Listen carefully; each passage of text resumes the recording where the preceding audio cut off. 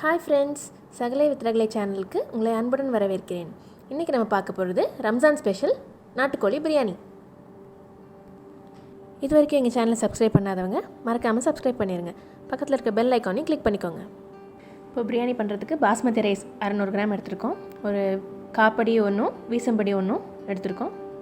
அதை ஃபஸ்ட்டு ஊற வைக்க போகிறோம். போட்டு தண்ணியில் நல்லா முங்குற அளவுக்கு தண்ணி ஊற்றி ஊற வச்சுருங்க. ஒரு மணி நேரத்துக்கு முன்னாடியே ஊற வச்சுருங்க. பண்ணுறதுக்கு 1 மணி நேரத்துக்கு முன்னாடி.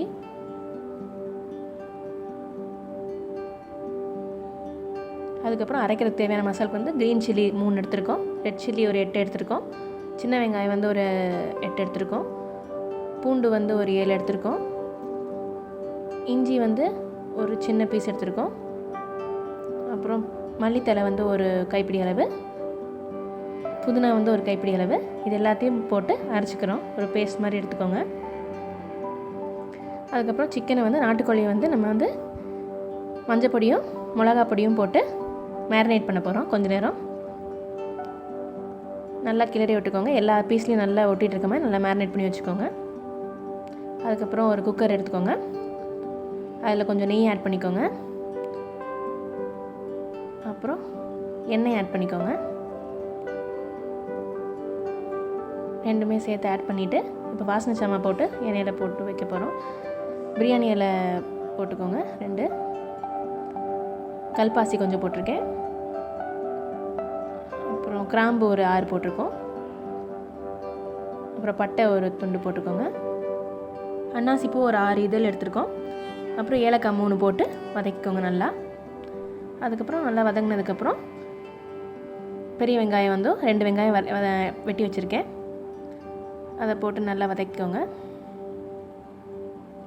அப்புறம் நல்லா வதங்கிடுச்சு. செவக்க வதக்கிறதுக்கப்புறம் அப்புறம் தக்காளி ஆட் பண்ணிக்கிறோம். 2 தக்காளி ஆட் பண்ணியிருக்கோம். நல்லா வதக்கிக்கோங்க. தக்காளி நல்லா வேகணும்.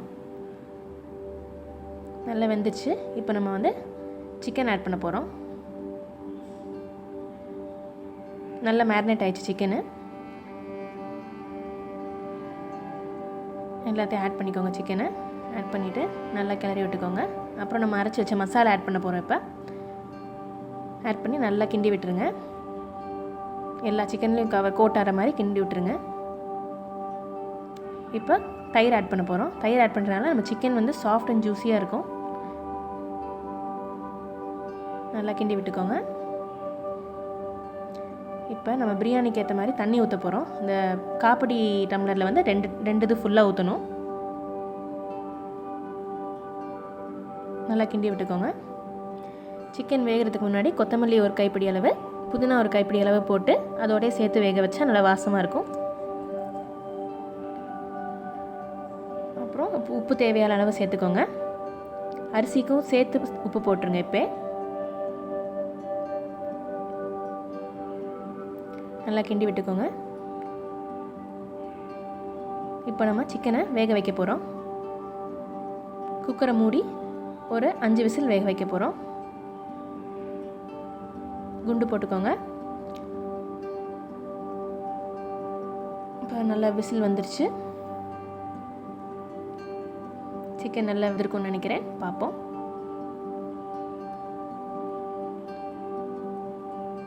நல்லா சிக்கன் வெந்துருச்சு. நீங்கள் சிக்கன் எடுத்து கூட டேஸ்ட் பண்ணி பாருங்கள். அப்புறம் எண்ணெய் நல்லா பிரிஞ்சிருச்சு. சிக்கனும் கொஞ்சம் தண்ணி விட்டுருக்கோம். அதனால தான் நம்ம இன்னும் அந்த குட்டி வீசம்படி அரிசியில் எடுத்து அதுக்கு தண்ணி ஆட் பண்ணலை. சிக்கனும் கொஞ்சம் தண்ணி விட்டதுனால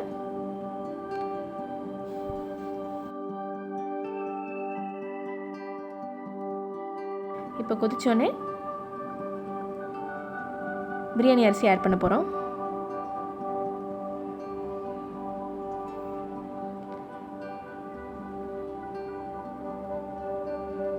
நம்ம ஊற வச்ச அந்த தண்ணியை வந்து வடிச்சிட்டு அரிசி மட்டும் ஆட் பண்ணுங்கள்.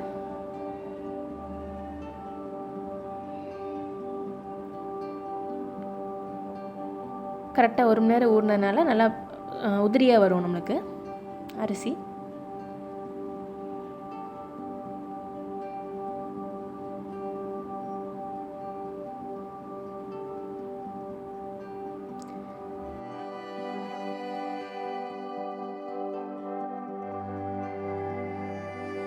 அரிசி போட்டதுக்கப்புறம் நல்லா கிண்டி விட்டுக்கோங்க, ரொம்ப கிண்டாதீங்க, உடஞ்சிரும்.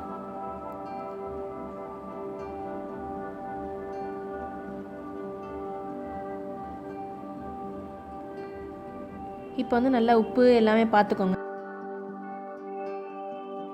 அரிசி போட்டதுக்கப்புறம் நல்லா ஒரு கொதி வந்ததுக்கப்புறம் இப்போ மூடி வைக்க போகிறோம்.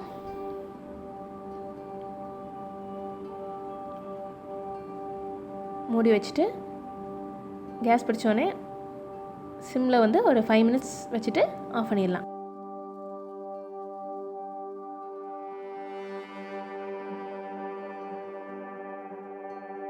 சுட சுட பிரியாணி ரெடி ஆயிடுச்சு. இப்போ நல்லா மேலே மசாலாம் தங்கியிருக்கும். ஸோ வந்து இதை நல்லா ஈவனாக கிளறி விட்டுக்கணும்.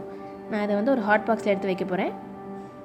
நல்லா உதிரியாக வந்திருக்கு பிரியாணி, நல்லா யம்மியாக இருக்கும்னு நினைக்கிறேன். ட்ரான்ஸ்ஃபர் பண்ணிடுவோம் இதில்.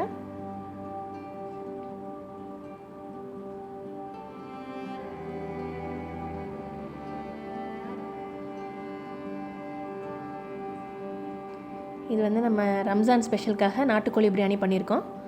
எல்லா பிரியாணி பிரியர்களுக்காக ஒரு விருந்து மாதிரி அமையும் இது.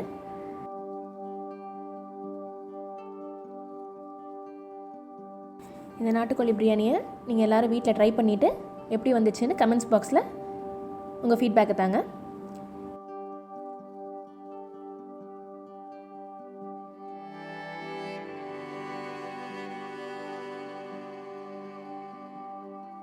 இந்த பிரியாணியோட லெமன் ஆனியன், அவிச்ச முட்டை, ரைத்தா எல்லாம் சேர்ந்து சாப்பிட்டா ருசி நல்லாயிருக்கும்.